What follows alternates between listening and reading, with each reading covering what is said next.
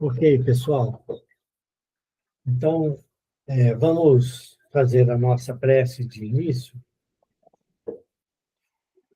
Vamos elevar o nosso pensamento a Deus, nosso Pai, a Jesus, nosso irmão e mestre maior, e vamos, primeiramente, agradecer pela oportunidade de estarmos juntos, todos ligados pelo mesmo interesse, pela mesma vontade de aprender, unindo-nos todos numa prece de gratidão a Deus e a Jesus, e também à equipe espiritual trabalhadora do nosso cantinho, que avaliza o nosso trabalho e está conosco, né? Cada espírito amigo visitando o lar de cada um de nós, trazendo-nos paz e entendimento para tudo aquilo que vamos ler e estudar.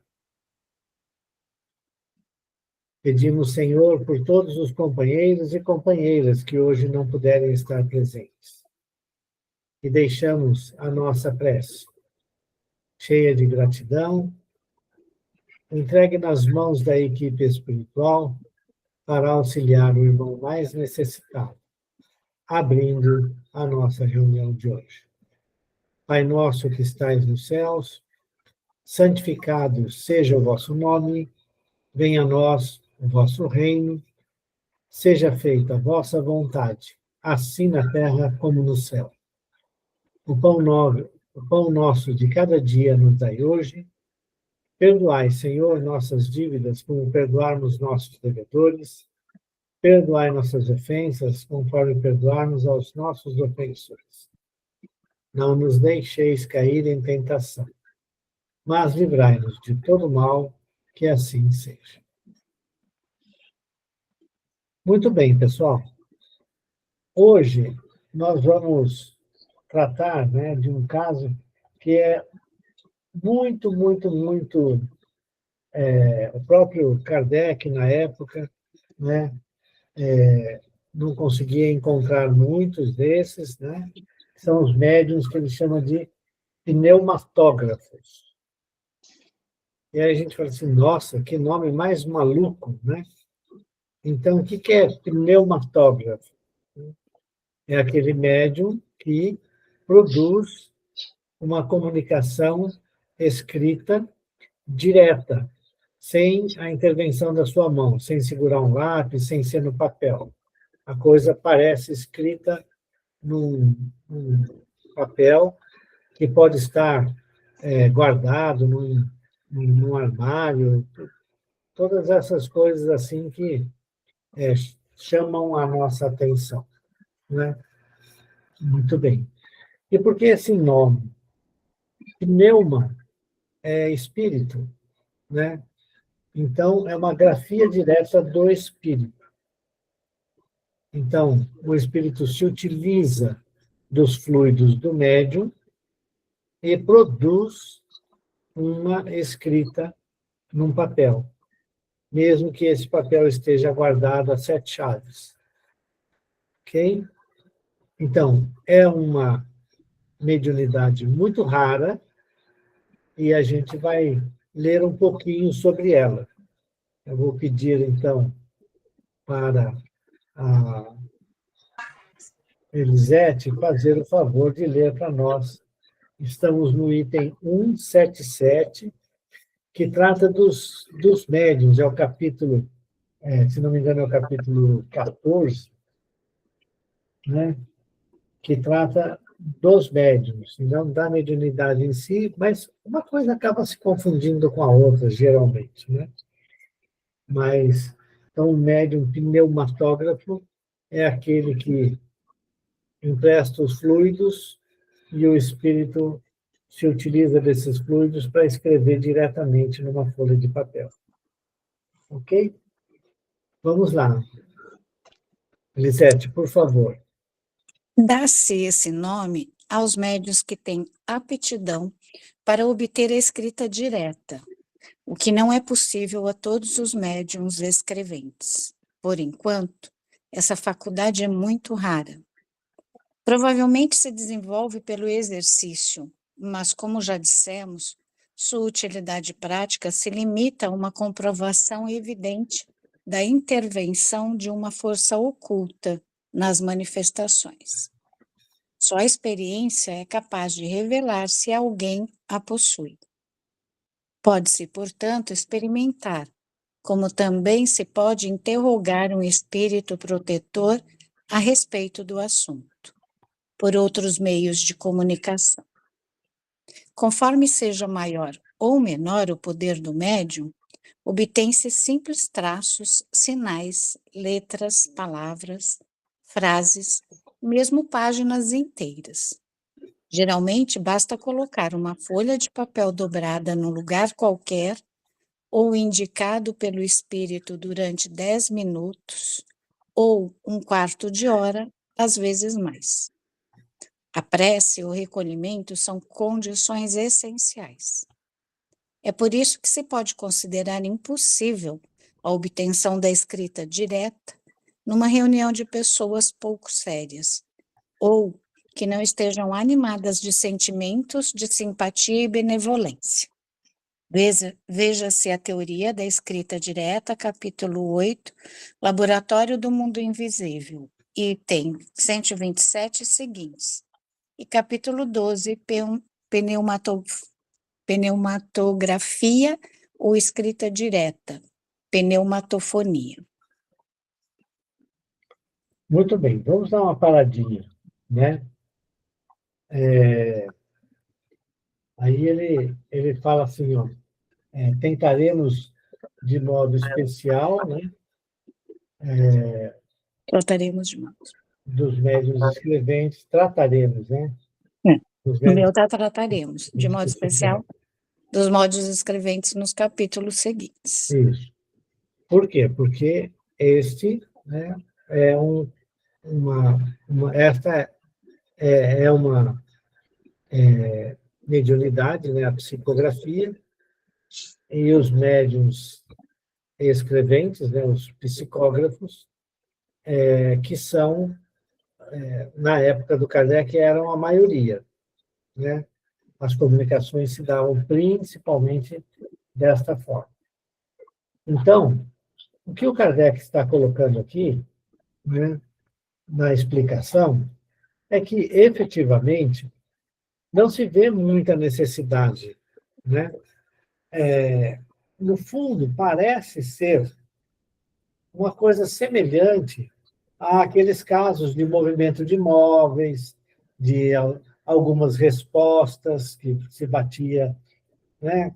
Toda aquela fenomenologia que espantava as pessoas. Então, no nosso caso aqui, na pneumatografia, é uma coisa espantosa. Você imagina você estar com um texto, né, inteiro, aparecendo dentro de um cofre, em que todo mundo viu ser colocado naquele cofre uma folha em branco, sem nada dentro mais, além da folha em branco. E aí aparece um texto completo ali dentro. Então, necessariamente, né, você deve ter ali um fenômeno de efeito físico.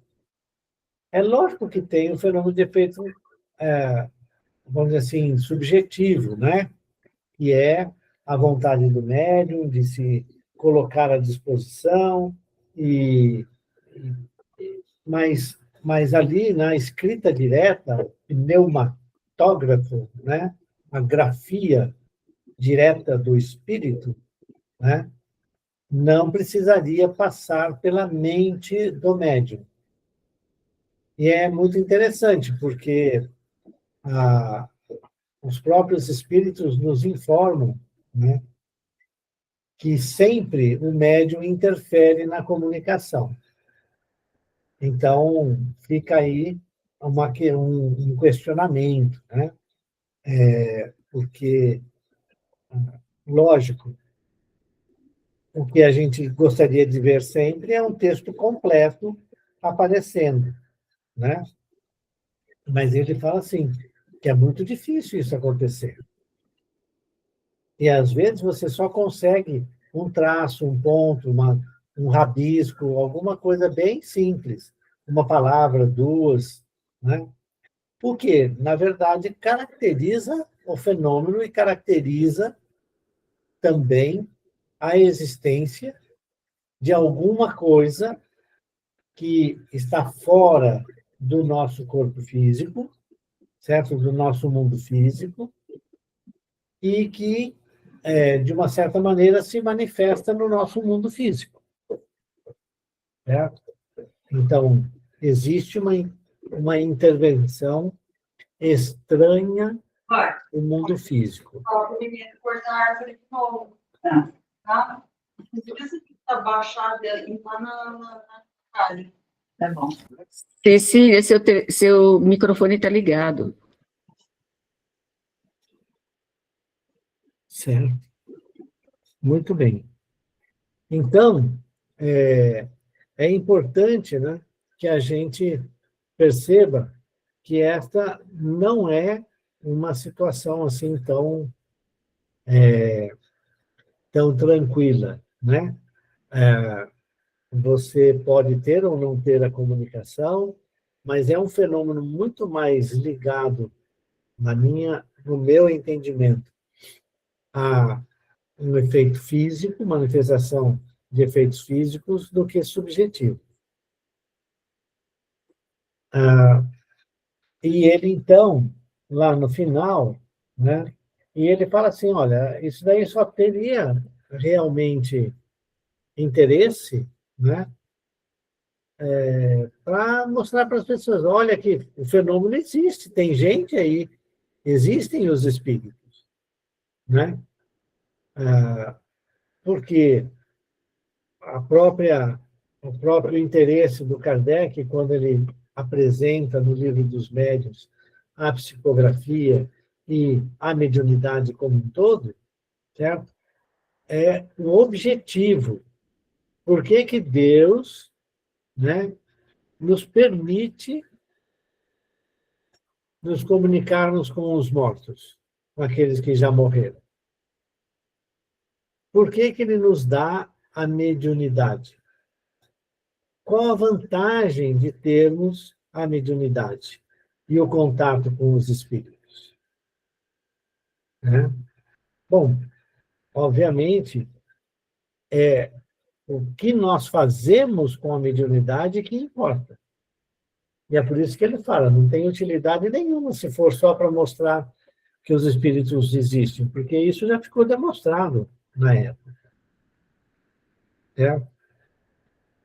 Agora, é um fenômeno que causa estranheza, né? Dá licença só um minutinho que eu preciso carregar aqui minha bateria.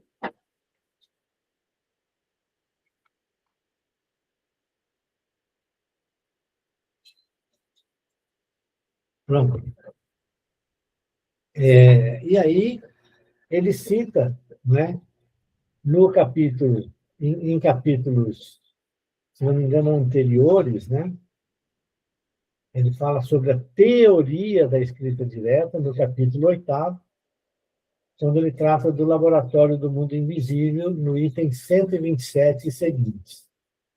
E também no capítulo 12, quando ele fala da pneumatografia ou escrita direta. A gente lembra, né, e ele também fala da pneumatofonia, que é aquela questão da voz direta.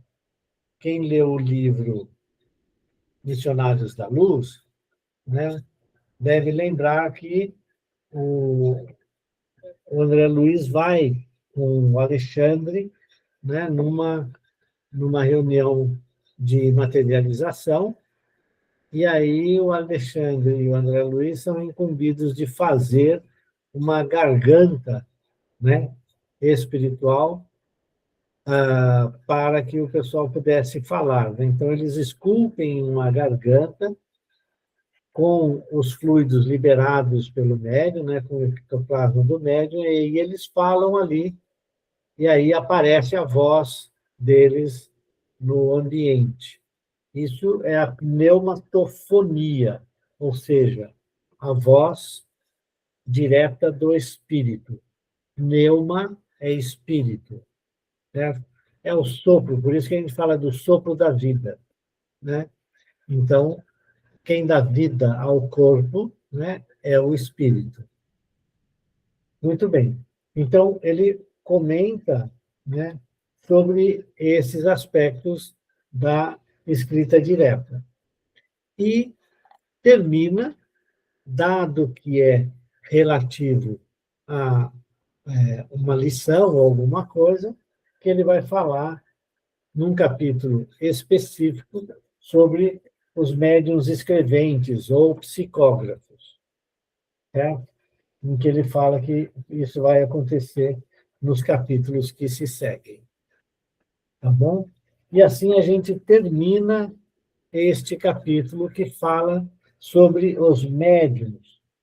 E a gente lembra, né, que nós estamos conjuntamente vendo o livro Seara dos Médiuns, do Emmanuel, né?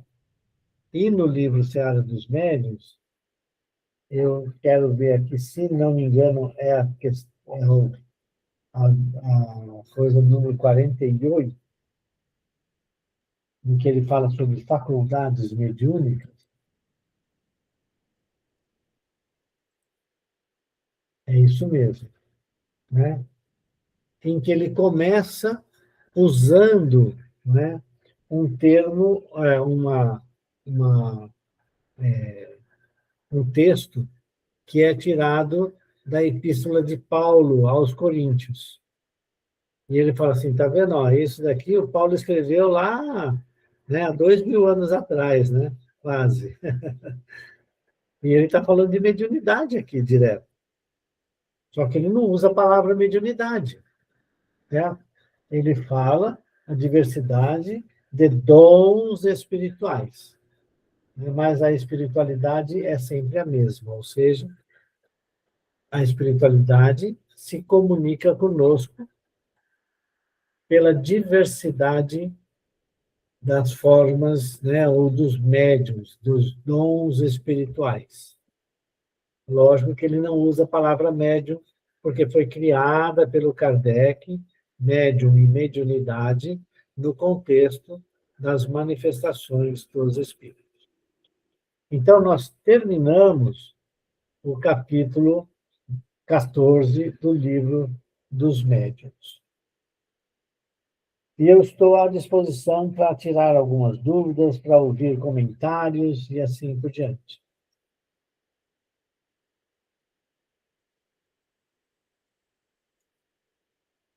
E aí, pessoal?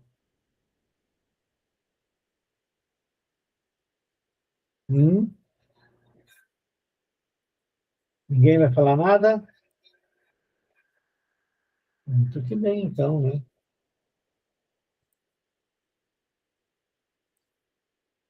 Então, nós finalizamos o capítulo, e aí nós voltaremos, então, para a lição 48, né, do livro Seara dos Médiuns.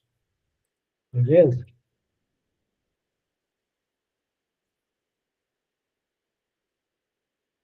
Vamos, então, para o livro Seara dos Médiuns? Faculdades mediúnicas. Reunião pública de 1 de julho de 60. Questão número 159 dos livros dos médiuns. Há diversidade de dons espirituais, mas a espiritualidade é a mesma. Há diversidade de ministérios, mas é o mesmo Senhor que a todos administra. Há diversidade de operações para o bem, todavia, é a mesma lei de Deus que tudo opera em todos. A manifestação espiritual, porém, é distribuída a cada um para o que for útil. Assim é que a um, pelo Espírito, é dada a palavra da sabedoria divina, e a outro, pelo mesmo Espírito, a palavra da ciência humana. A outro é confiado o serviço da fé, e a outro o dom de curar. A outro é concedida a produção de fenômenos, a outro a profecia, a outro a faculdade de discernir os espíritos, a outro a variedade das línguas e ainda a outro a interpretação dessas mesmas línguas. No entanto, o mesmo poder espiritual realiza todas essas coisas, repartindo os seus recursos particularmente a cada um, como julgue necessário. Dá uma paradinha. Dá uma paradinha. Olha que interessante, gente, esse texto. Vejam bem, é um texto maravilhoso sobre mediunidade. É sobre mediunidade que ele está falando aqui. Como que São Paulo, né, escreve sobre tudo isso e as pessoas não conseguem ver a manifestação dos espíritos no nosso dia a dia. Por meio de pessoas, né, porque é isso que é. É para cada um, é dado um determinado tipo de dom espiritual. O dom de curar, o dom de produzir, né, de falar, o dom... são dons individuais e ele fala, é a mesma espiritualidade que está comandando tudo. Percebam que quando a gente olha com calma, né, as escrituras, nós vamos encontrar isso escrito, escancaradamente escrito, né, nas escrituras. E o pessoal tem a coragem de falar que tudo que acontece, né, de mediunidade, de espírito se comunicar e assim por diante, não existe. E aqui está colocado. Paulo, e quando Paulo está falando aqui, né, que hoje a gente chama de São Paulo, né, Paulo está falando aqui de pessoas comuns. Ele não está falando de nenhum santo, absolutamente de nenhum santo. Ele está falando das pessoas comuns. Assim como Kardec vem e diz a mediunidade, né, ela é válida independentemente da pessoa ser boa, ser má, ser rica, ser pobre, né? Não tem diferenciação. Não existe diferenciação aí. A mediunidade está ali. O que nós vamos fazer com ela é que é o importante. Né? Esse é o ponto-chave.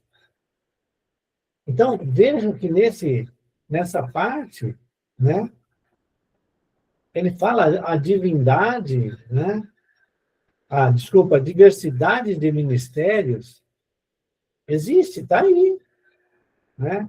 Mas é o mesmo Senhor, é o Senhor Deus, né, que a todos administra esses ministérios. Né? Há diversidade de operações para o bem, todavia é a mesma lei de Deus, que tudo opera em todos. E olha direto, assim, a manifestação espiritual, porém, né, é distribuída a cada um para o que for útil. Por isso que o Kardec coloca lá no Livro dos Médiuns, né? É lógico que não é por causa desse texto, né?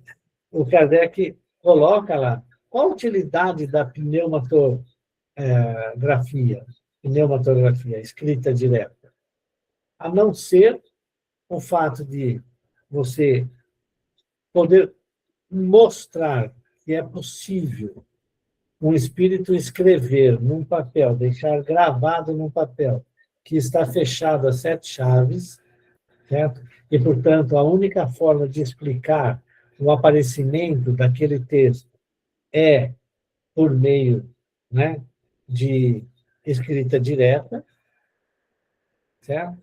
Não tem nenhuma outra utilidade. O que você vai fazer com aquilo? A não ser que você vá aprender com aquele texto. Mas é muito mais difícil para o espírito que quer ensinar as pessoas produzir esse tipo de texto na pneumatografia. É muito mais fácil fazer a psicografia. Eles ensinaram como se faz a psicografia. Por isso que ele fala mais para frente sobre a questão, né? E tem um capítulo inteiro falando sobre a psicografia e os médiuns escreventes. Então, quando a gente vê essa manifestação espiritual, porém, é distribuída a cada um para o que for útil. Gente, é exatamente isso que a gente fala nos nossos estudos. Isso daqui foi escrito por Paulo, por São Paulo, há mais de 2000 anos. Não é espantoso?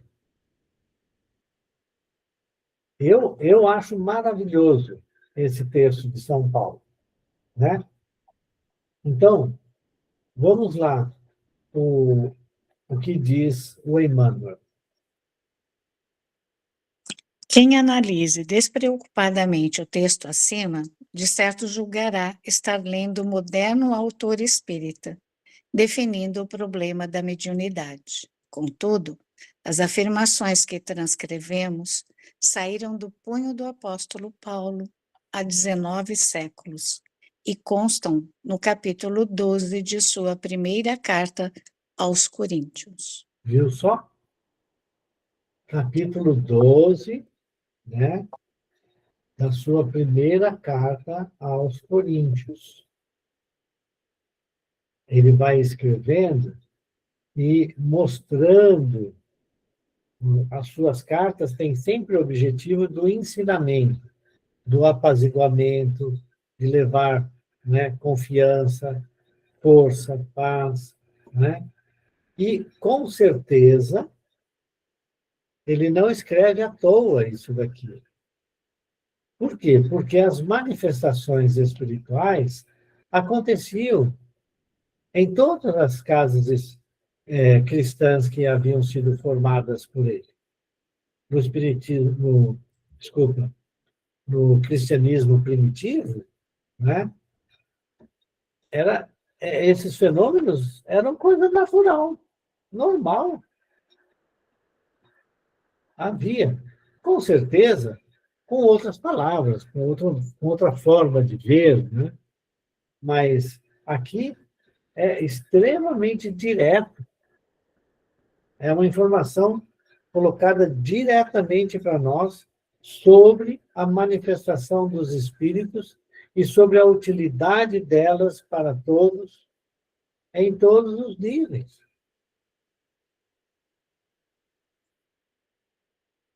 Vamos lá. Como é fácil de ver, a consonância entre o espiritismo e o cristianismo ressalta, perfeita em cada estudo correto que se efetue, compreendendo-se na mensagem de Allan Kardec a chave de elucidações mais amplas dos ensinos de Jesus e dos seus continuadores. Isso. Então, voltando, né?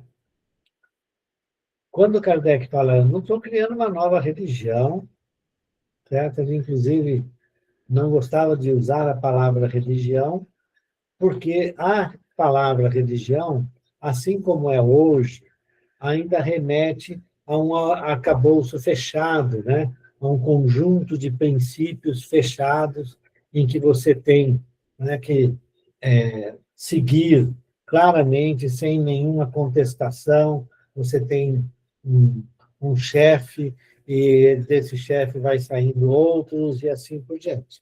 Então,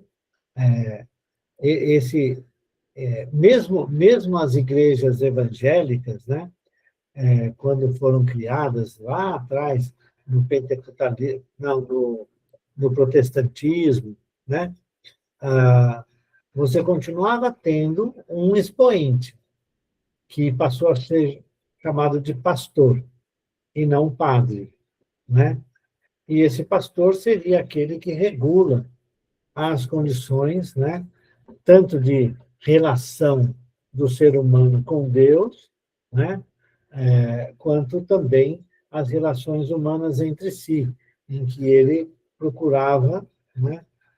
Deixar todos bem para poder progredir todos juntos e assim por diante. Ele resolvia questões. Então, o Kardec não queria isso. E ele basicamente abriu, né, para todos a questão da mediunidade. E as consequências dessas ações mediúnicas, né, é que vão fazer a pessoa se transformar. O objetivo é mostrar a necessidade do progresso espiritual para se livrar de influências negativas e se apropriar das influências positivas dos bons espíritos. E daí porque a mediunidade tem por objetivo, principalmente, transformar o homem moralmente, através dos ensinamentos dos espíritos, que são baseados nos ensinamentos de Jesus.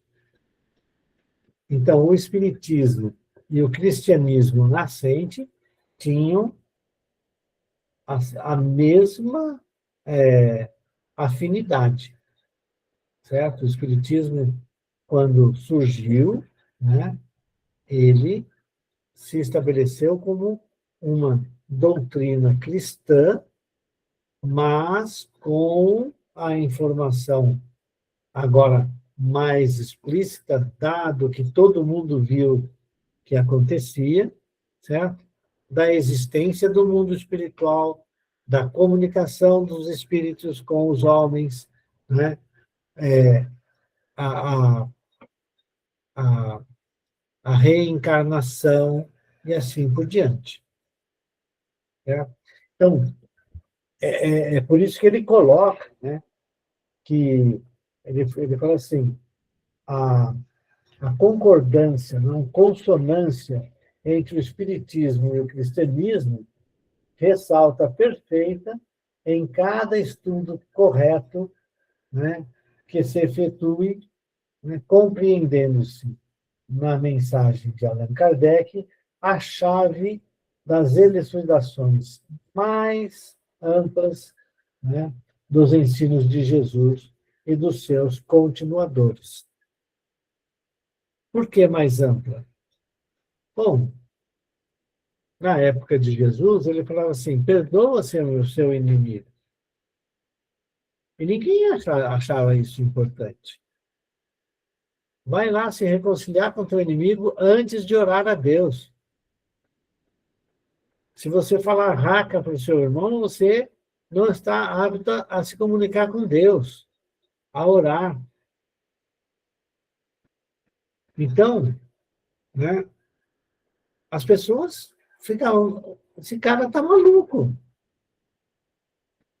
Porque ele me ofendeu, ele me machucou, ele me isso e aquilo, né? E quando no Espiritismo vem toda a informação de que somos espíritos, cada um de nós, indivíduo, com muitas e muitas vidas, com responsabilidade sobre todos os nossos atos, fica claro que quando nós erramos, seja nessa ou em outra vida, né, seremos responsáveis por aqueles atos e que a nossa consciência vai exigir uma modificação, uma transformação dentro de nós. Então, quando você tem a ideia da existência dos espíritos, da sua existência como um espírito atualmente encarnado, que vai passar para o plano espiritual, vai ficar lá um tempo, pode se comunicar com seus entes queridos que ficaram na Terra, e depois vai voltar para um novo ciclo de aprendizado na Terra, certo? Isso se encaixa perfeitamente todos os ensinos de Jesus, né? Por que que eu vou fazer o mal ao outro se eu vou colher o mal? É melhor eu fazer o bem, né? Reconcilia-te com o teu inimigo, vai lá, olha, peço perdão, fiz erro mesmo, estou pronto para reparar meu erro, vamos lá, vamos ver o que é possível fazer, né? Ao invés de continuar inimigo, ao invés de continuar vibrando negativamente. Esse é o ponto-chave. Desculpa, estou falando demais. Alguém quer falar alguma coisa?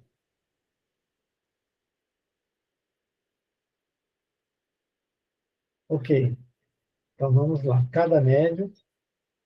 Cada médium é mobilizado na obra do bem conforme as possibilidades de que dispõe. Esse orienta, outro esclarece. Esse fala, outro escreve. Esse ora, outro alivia. Em mediunidade, portanto, não te des a preocupação de admirar ou provocar admiração. Procuremos, acima de tudo, em favor de nós mesmos, o privilégio de aprender e o lugar de servir. Ou seja, todos, lá desde Paulo, quando ele fala, todos nós, né, temos a mediunidade para nos aperfeiçoarmos. E a diversidade da mediunidade é patente. Um escreve, outro fala, né, um vê, né, um cura, e por aí vai. E ele fala, e aí sim vem um alerta importante, né? Procuremos, acima de tudo, em favor de nós mesmos, o privilégio de aprender e o lugar de servir. Né? E assim a gente termina essa lição número 48 do livro Seara dos Médiuns. Comentários?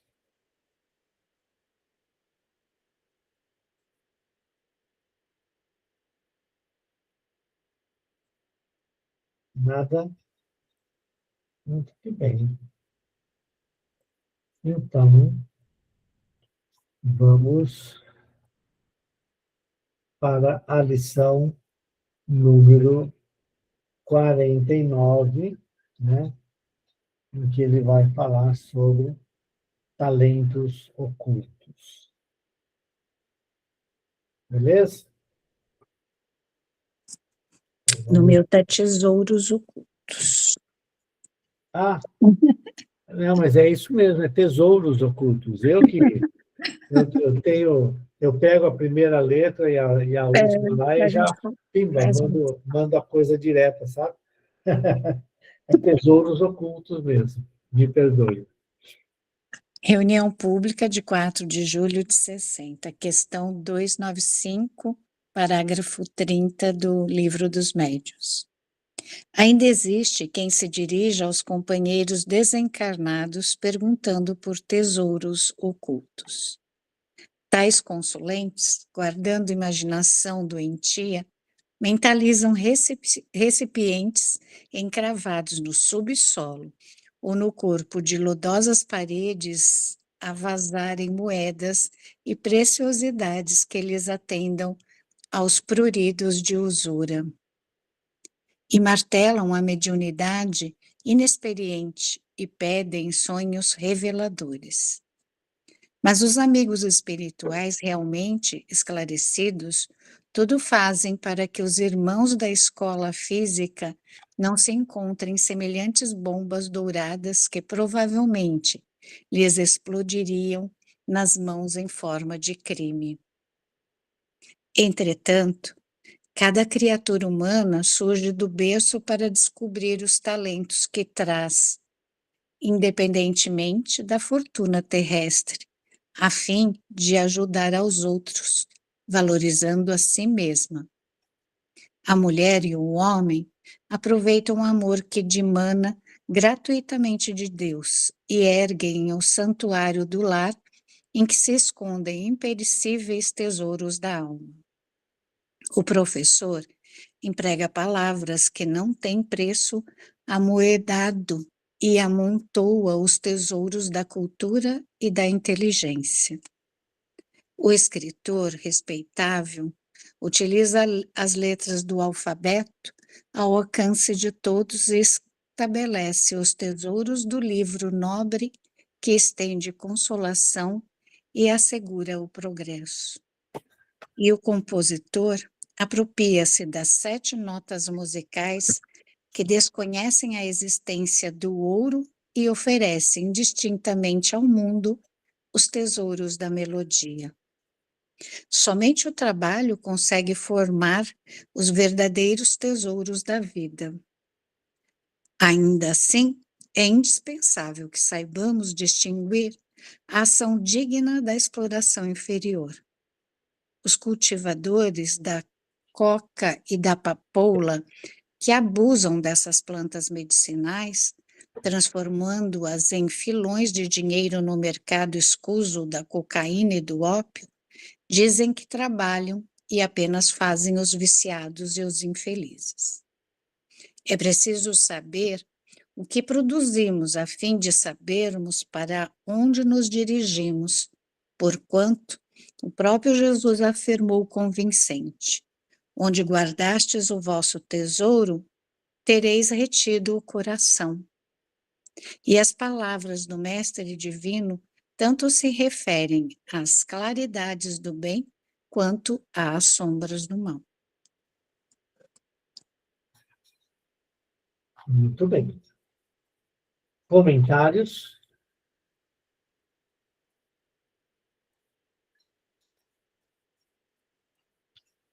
Algum comentário? Muito bem. Então, nós vamos procurar agora a questão número 295. 295, né? Está no capítulo 26. Capítulo 26. Deixa eu ver se eu acho aqui. Espera só um pouquinho, tá bom? Não sei se ajuda, mas acho que não, porque o meu não tem nem a página, deixa eu ver.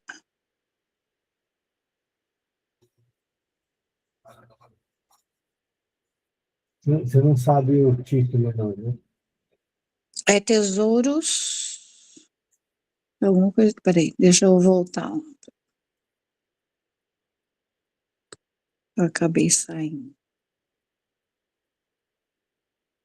Ah, do capítulo, você quer ler? Eu vou pegar aqui dos livros. Espera só um pouquinho. Não sei. Eu acho que é perguntas que se podem dirigir aos espíritos, não é isso? Capítulo 26.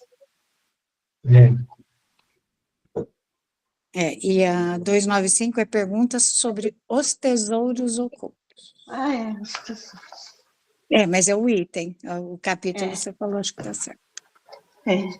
Só um segundinho que eu preciso achar aqui o meu... Página 317. Só um segundinho, pessoal. Senão eu me perco completamente.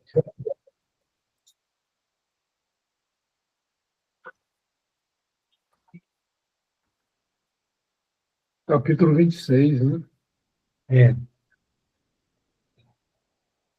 Então, Observações preliminares. a pergunta é se nós vamos, né, pegar o capítulo 26 agora e estudá-lo. Porque está no item 295, né, que é sobre essa questão de tesouros ocultos, que é do capítulo que que se quer, né, o que se pode fazer de perguntas para os médiums. E é a primeira pergunta do item 295, que são várias perguntas, né? Uhum.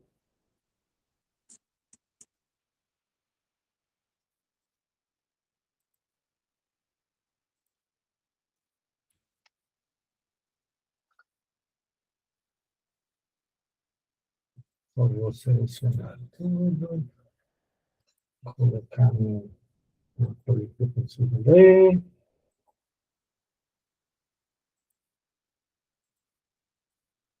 E item 295, né?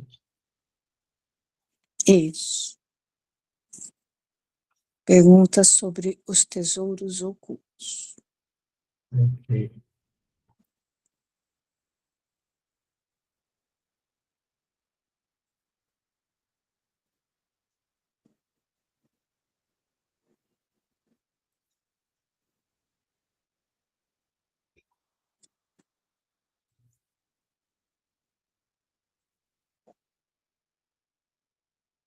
Ok. Então, vamos fazer o seguinte, vamos ler sobre esse item e depois a gente continua neste capítulo. Pode ser?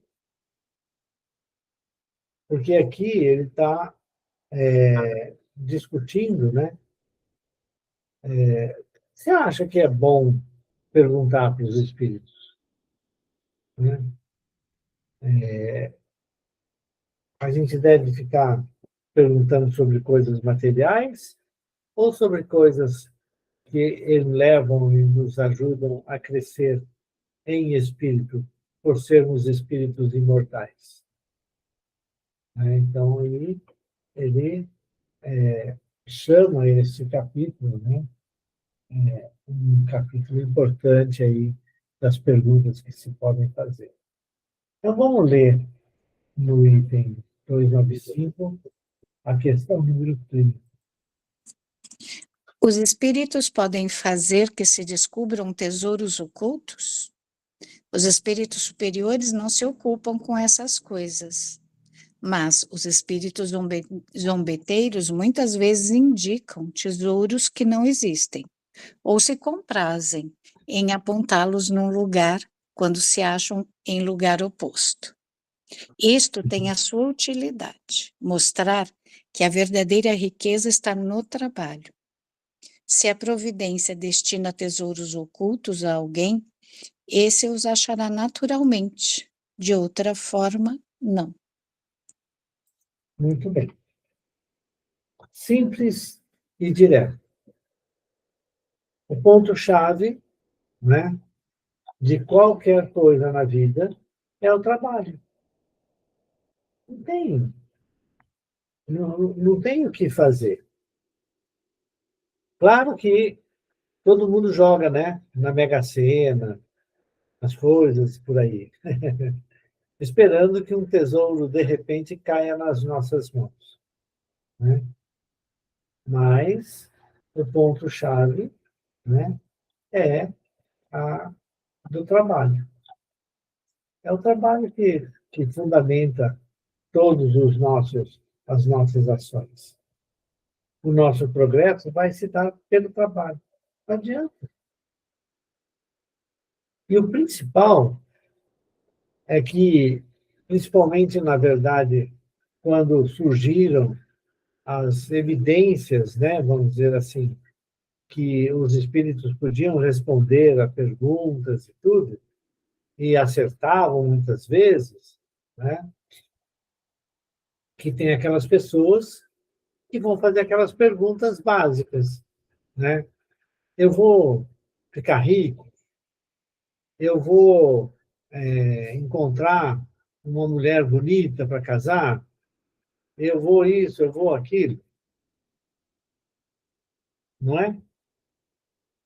A gente pergunta, e aí a pergunta que a gente faz para nós mesmos é assim: tá, vamos lá.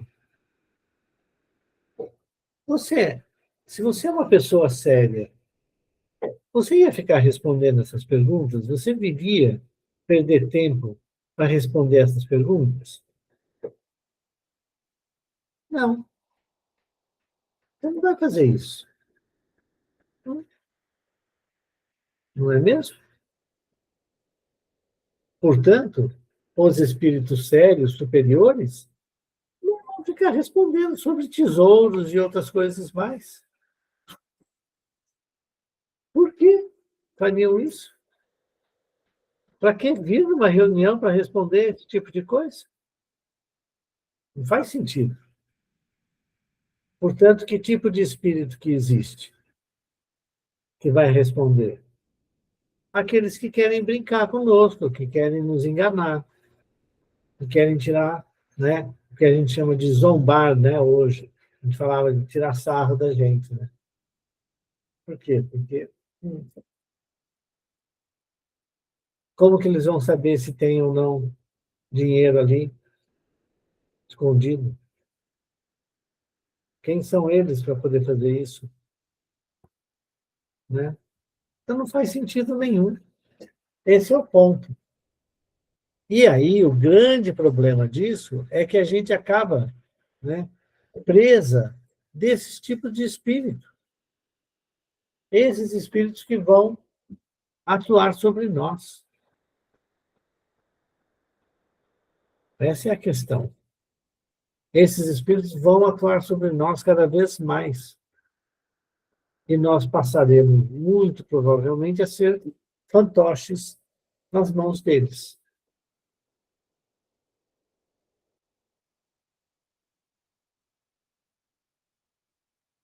Então, dá para entender, né, que, embora a pergunta seja muito simples, muito rápida, né, e a resposta é muito clara, que é só o trabalho que vai enobrecer o homem, vai lhe dar o sustento, né, ela traz um componente aí importante, que é a possibilidade de você passar a ser obsedado, ficar presa nas mãos de espíritos inescrupulosos.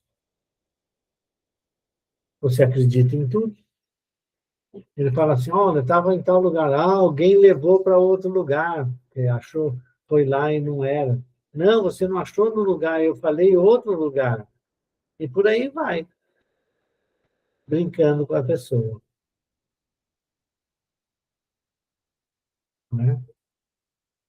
E aí a gente precisa tomar muito cuidado. Por isso que o Kardec faz um capítulo inteiro, né, discutindo sobre o que a gente pode perguntar para os espíritos, para não sermos vítimas de espíritos inescrupulosos que podem nos trazer um processo obsessivo grave. Comentários? Eduardo, esse capítulo ele tem, né, tem uma importância muito grande, porque a doutrina espírita ela nasceu das perguntas.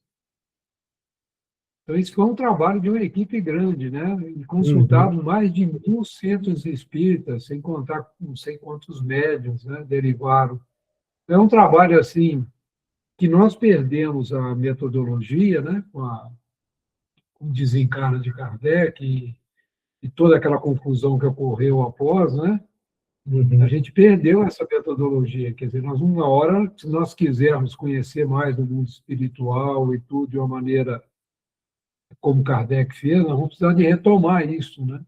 Sim. Eu vejo esse capítulo assim muito interessante, porque ele vai falar um pouquinho, acredito, do cuidado que ele teve, né, ao levar essas perguntas aos espíritos, né? E o próprio trabalho dele, vamos dizer assim, codificar, né, com base nessas respostas, né, vamos dizer assim, nas congruências das respostas, né? Sim. Eu acho assim muito interessante esse capítulo. Eu também a acho. gente, que a gente muitas vezes procura a ajuda dos espíritos para, por exemplo, nós estamos com um problema de saúde ou com uma dificuldade em família. A gente sempre esquece de perguntar o que eu vou fazer depois, né, com o alívio que foi dado, né? que correção eu vou fazer da minha conduta e tal. Quer dizer, o Espiritismo é todo ele voltado ao nosso trabalho, né, de melhoria moral, né? Então, a gente precisa sempre se dirigir aos espíritos assim, com aquela disposição de fazer a mudança necessária, né, em nossas vidas. Eu acho, assim, muito interessante o estudo nosso, esse capítulo. Eu, pessoalmente, acho que vai ser muito legal. Eu concordo em gênero, número e grau. Porque, além de todo esse aspecto da metodologia que você estava comentando, né, ele é um alerta muito grande para nós. Porque a gente acha que os espíritos podem tudo, respondem tudo, fazem tudo. E porque é um espírito, ele está, ó, beleza, né? E não é assim que funciona. A primeira coisa que a gente precisa entender é que os espíritos são, né, as mesmas pessoas que estão vivendo na Terra hoje, né? E que têm todos os seus defeitos, cada um de nós, né? É muito interessante. Então, eu acho também que a gente deveria, se possível, fazer o nosso estudo em cima desse livro aqui. Agora, desse capítulo. E aí ficaria para a semana que vem, porque já são 20h56, seria melhor não começar agora. Se o pessoal não se importar, a gente termina um pouquinho mais cedo e já passa para o outro. Ou, se alguém tiver coisa para falar, por favor, me ajude.